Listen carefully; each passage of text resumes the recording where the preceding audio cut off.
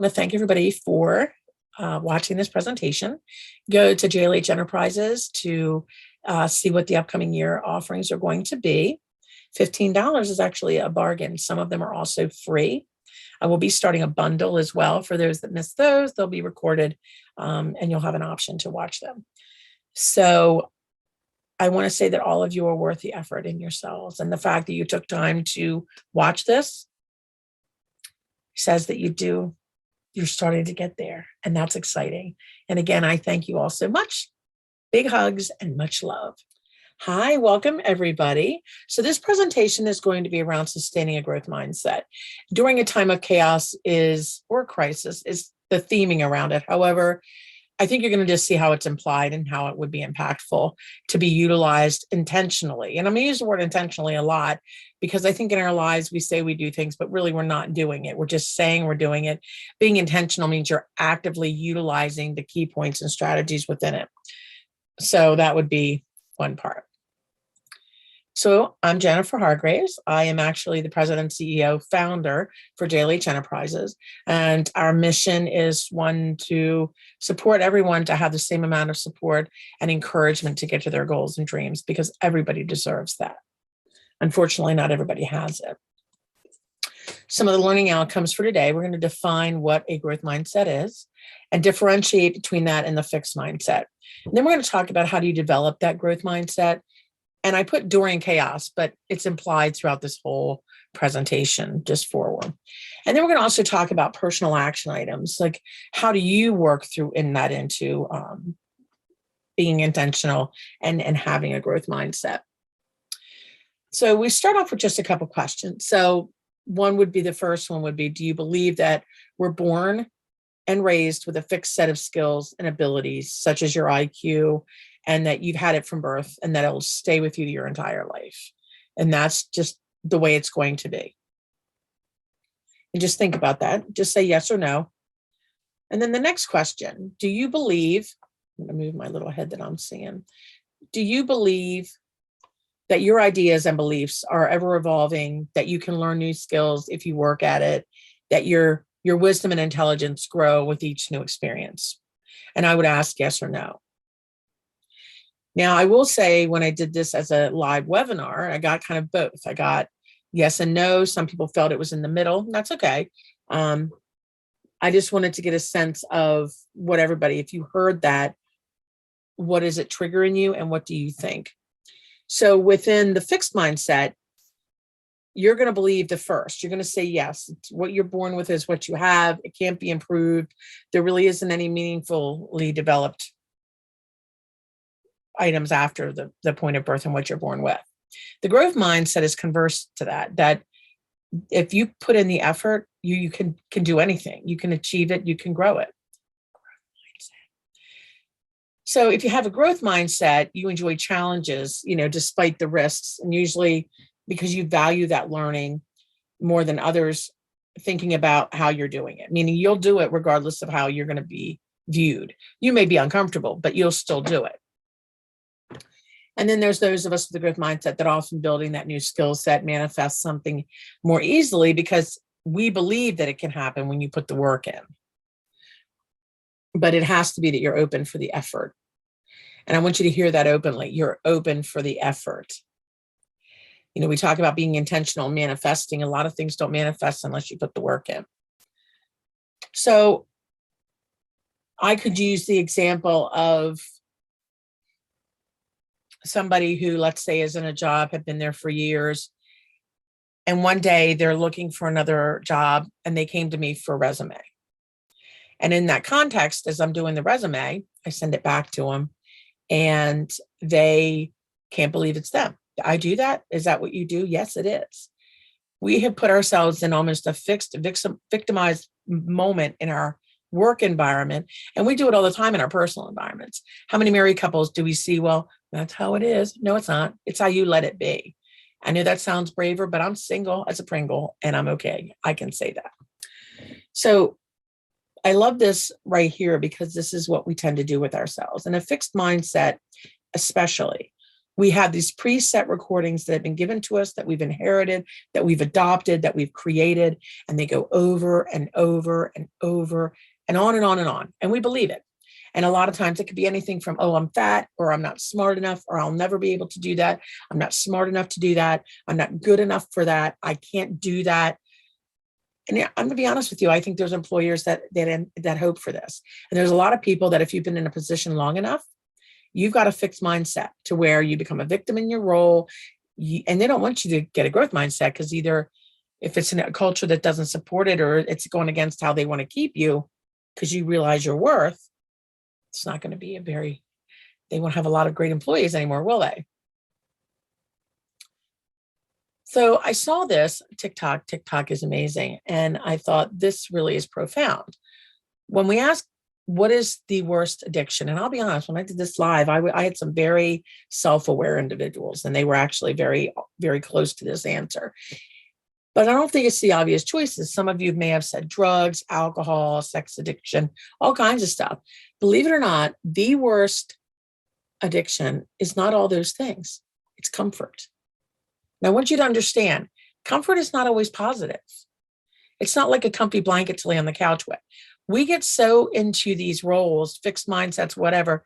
We get so comfortable that we don't know any different. I always liken this to people who have been in environments their whole life where abuse was normal.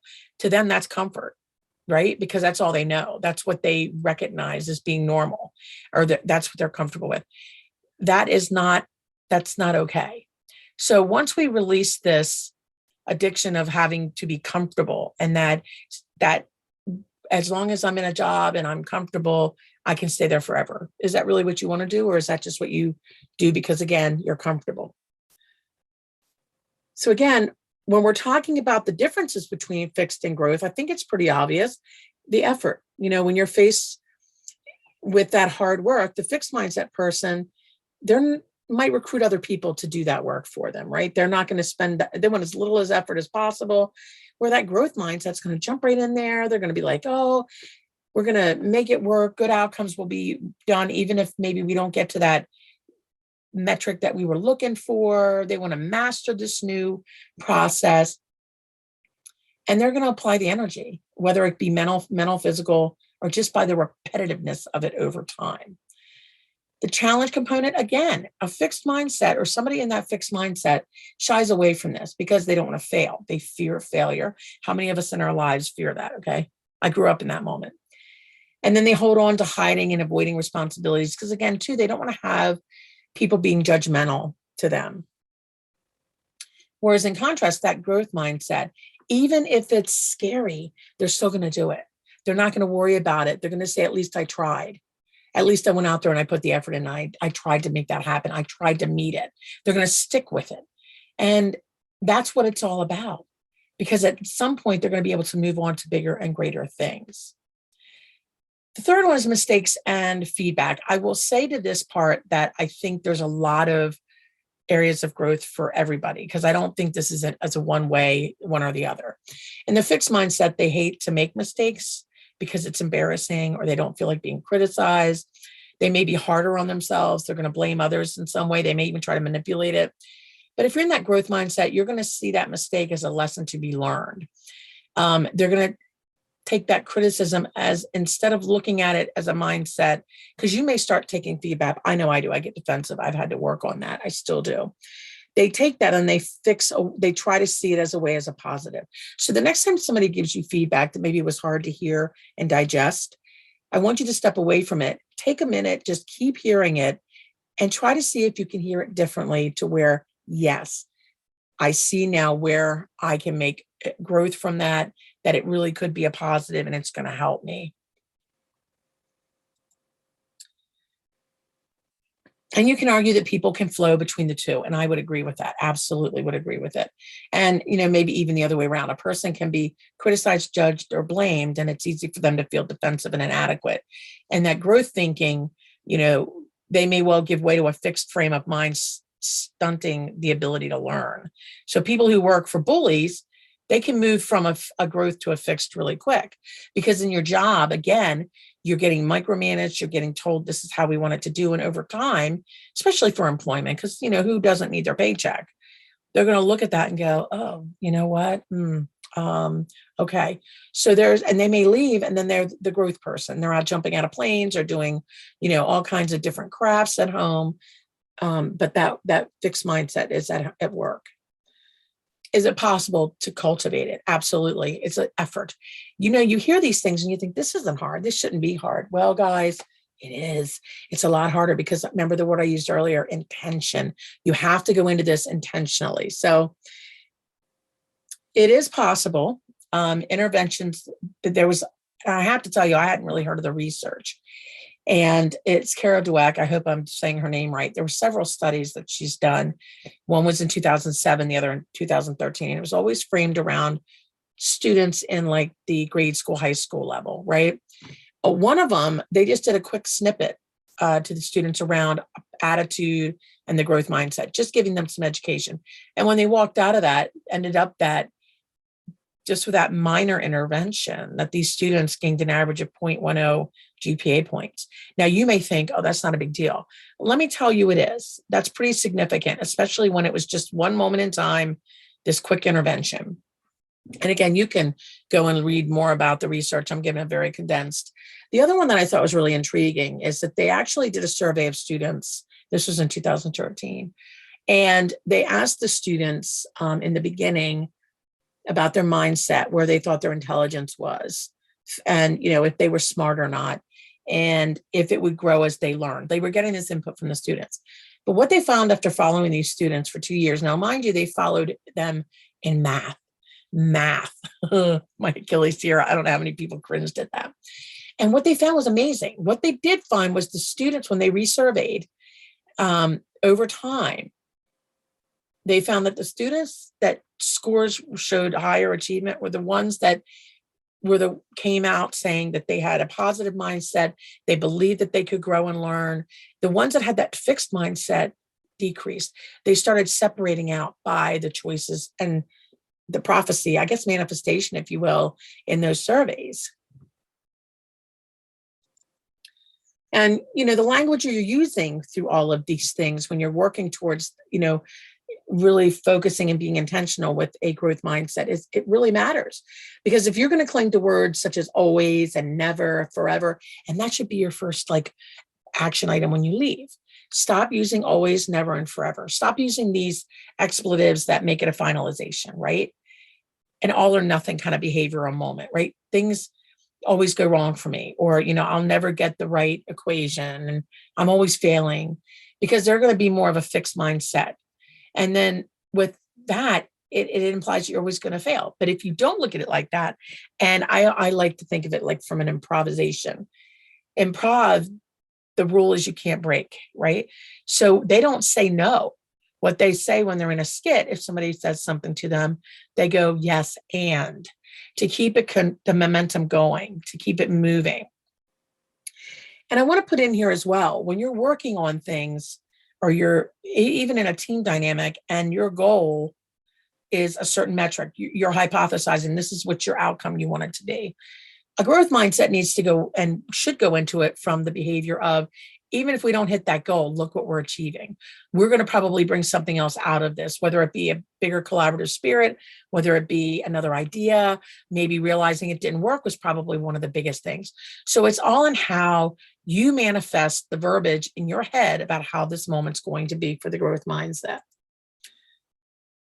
And, it's simply the belief that your basic abilities can be developed. And who doesn't want to believe that? You want your kids to believe it. Why aren't you believing it of yourself? And again, remember the example offered where I was talking about being a victim or a fixed mindset. And, even when I work with clients in the beginning, again, I may say things that they aren't hearing themselves say, or I put it into the moment out loud because maybe they don't want to say it out loud. And at that point, it's an action item. It becomes their ownership. They may or may not choose to take that. I don't judge it. It's wherever they are. I will meet you where you are. And if at that time you feel, hey, I'm not ready to work on these things, that's okay. We will part ways. And when you're ready, come see me again. So when we talk about developing or that intentional part, these are the things you want to really focus on, right? Self-awareness. I've said this already through this, and I'm not sure if anybody really knows what that is, but I will be doing a webinar. If you go to my website under offerings, you'll see that's coming up coming in the year, talking about what is that, what does it look like? And acknowledging and the other part of this self-awareness is acknowledging not only your imperfections and saying it's okay, but the others around you. Because I could be a petty Betty. I'm not going to lie. We all have those moments, but it's the moment that you stop yourself and you realize that's okay. That's them, right? Face those challenges, braveless, live fearlessly. I love saying that, but I don't always do it. And I need to remember that. Live fearlessly. The other thing is pay attention to your words and thoughts. And I don't even mean about other people, to yourself. Love yourself and be kind to yourself. We too many times give people power that have no business being in any way, shape, or form in our heads. And that includes your family. So always remember that, right? It's your obligation to be kind and love yourself. Stop seeking approval from people that don't have any business giving you any input on what you should or shouldn't be doing. We have allowed people in our lives to believe that they can't do and won't do more. And that's something to really think about. Somebody had brought up, I think it was Becky King, I think. She had actually brought up, I think there was an article, they were talking about a town, a smaller town, and the coal industry, or there was an industry that was really big there. And how that company kept their numbers and employees was familial. Everybody just kind of retired out and their family took their spot. I want you to remember that's a fixed mindset. And I don't think anybody there would want those to think, oh, there's other opportunities. You are able to do bigger and better. The family doesn't know the difference to do bigger and better. Remember that as you go through life, and if you're that person, remember that you can. But sometimes you have to be brave and live fearless. Take the steps to be truly authentic. One of the things I realized as I was getting older, I had lost who I was, authentically who I am as a person, my energy. I was toning myself down. I was allowing what other people expected, especially in an executive or leadership role, right? And that's not even worth it. Why even be an executive if you have to be some stuffy person sitting at a desk? It doesn't define who you are, okay? So just work on that. And I don't even right now, I don't put myself around people who to me don't bring me joy, or I know I can't be authentic in their company. If I can't be myself, I don't want to be there. I don't care who it is. And then redefine genius. What does that look like? It doesn't mean straight A student. Absolutely not. Absolutely not. And I think we need to get away from looking at a piece of paper. I know for myself, even when I was in nursing school, they would tell you your GPA, your grade's not on your badge. No, it's not. So, take a different perspective into that. We talked about this earlier, turn criticism around until you find its gift. I love that. I heard that out of an article. But take that and just make it something that means meaningful. It may take time, because sometimes I know I'm guilty of not being well at taking constructive criticism. That's a hard thing. But evaluate, and then earlier when I talked about what do you gain from something, instead of feeling defeated and like it failed, remember we don't like to use words like that in a group, where we have an outcome expected. Value that process over what your outcome is, because there's so much more that probably was acquired through that moment. Learning from the mistakes of others. I know as a nurse, I think I can say we all have done this. We were always told, share your stories. I know there was medication stories that were shared with me that caused me to triple check every medication I ever gave. And it's because of that that's kept me safe and patients safer. And saying things like not yet is okay. I always get bogged down with deadlines, and there's micromanaging people in leadership roles that this is something catastrophic. It's okay to say not yet. I don't know how else simply to put it. It's okay. Taking risk in the company of others, lead by example. One of the things I've told my son that I regret so desperately is things where I didn't put myself out there, because at the time I didn't, again, fixed mindset. I didn't want to fail. I didn't want to be judged. Very insecure. I look back now and thinking I should have just gone for it. At the end of the day, who cares? I always told my son, Don't ever be afraid to put yourself out there, because it's important for me to see him do better than I did. And be realistic with yourself. Slow and steady process wins the race. You're not going to become an executive out the gate. Um, so just be patient. Again, not yet is okay. And that's how you should preface it. I'm not the CEO yet. I'm not living at Golden Oaks yet. That's my not yet, right? And then finally, and the biggest thing, one of the biggers, and I saw this and I really just appreciated this, your attitude is the most important part of this whole process. Being intentional and owning your attitude, there's no way around that part. Okay. So even for me, like I have different emotions. I can get depressed at times. I can also be very nasty. I have a tongue. And I've had to learn to try to do better about acknowledging when those moments are hitting me. And I'm very open about it now. I'm like, why am I wanting to choose violence? Like I'll tell my son, I said, today I'm just having a rough day. Or I'll say something, he'll recognize it. But again, learn to be authentic, but also your attitude is your responsibility and nobody else's. So you can get mad at somebody saying they're causing you to feel a certain way, but it's your ownership. You are responsible for yourself. Don't give somebody that power. And again, a growth mindset means you embrace challenges. You're going to persist in the fear of setback. If I give you anything else, you always need to have faith. Everybody gets knocked down, but the difference is you keep getting back up, right? You take responsibility for your words and actions. And I hope that when you leave here today, that's one thing you do. And you're going to go towards that mastery. Even if at this moment, your mastery is just that, taking better accountability and being more intentional on this. And remember, the adage is, practice makes perfect, right? So by choosing to make the extra effort to build that growth mindset, you're going to be making your mental processes work for you better, more efficiently. And it's going to result in getting you where you need to be in the life that you want quicker and easier. So when we talk about it, and that's why you're not going to hear me saying the word chaos a lot, but if you hear all of those parts coming in together, you understand that it looks like that reset moment. Like if all of these things are happening, but you're in a growth mindset, is COVID pandemic coming in going to set you right on your tail end? A fixed mindset? Absolutely, because everything gets thrown up. If you're in a growth mindset and you're cultivating all of these attributes, you're going to look at it like, what can we do? What will we do? Not, oh God, we're screwed. Lack of a better word, right? So it's just being patient.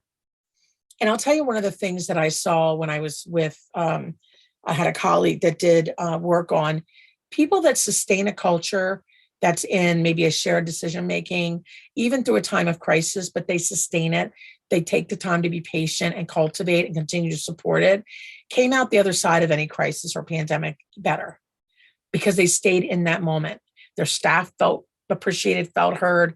Do I blame and have any discord about why? Because nobody had ever done it before, that we flew into a fixed mindset of, well, we need to take care of this now. No, but I want you to remember there's, through all of that patience and the working through things in maybe a better way, the outcomes are going to also be better. Reset applications and revisit the established practices. Huge example. I always look at, we know that there's an ability for growth mindset, right? Because what happened when COVID hit, companies had to pivot. Remote work, and it was glorious. Everybody was supporting it. Productivity was up. But what happened when things were going to go back to normal? There was a flip right into the fixed mindset as we have to have butts in buildings. And there's a lot of people giving different rationalizations as to why.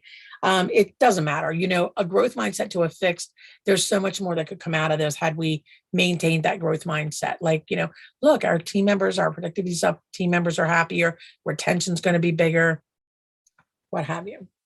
So if you're a team leader, try asking, what 3 things would you try to change if you were in my role?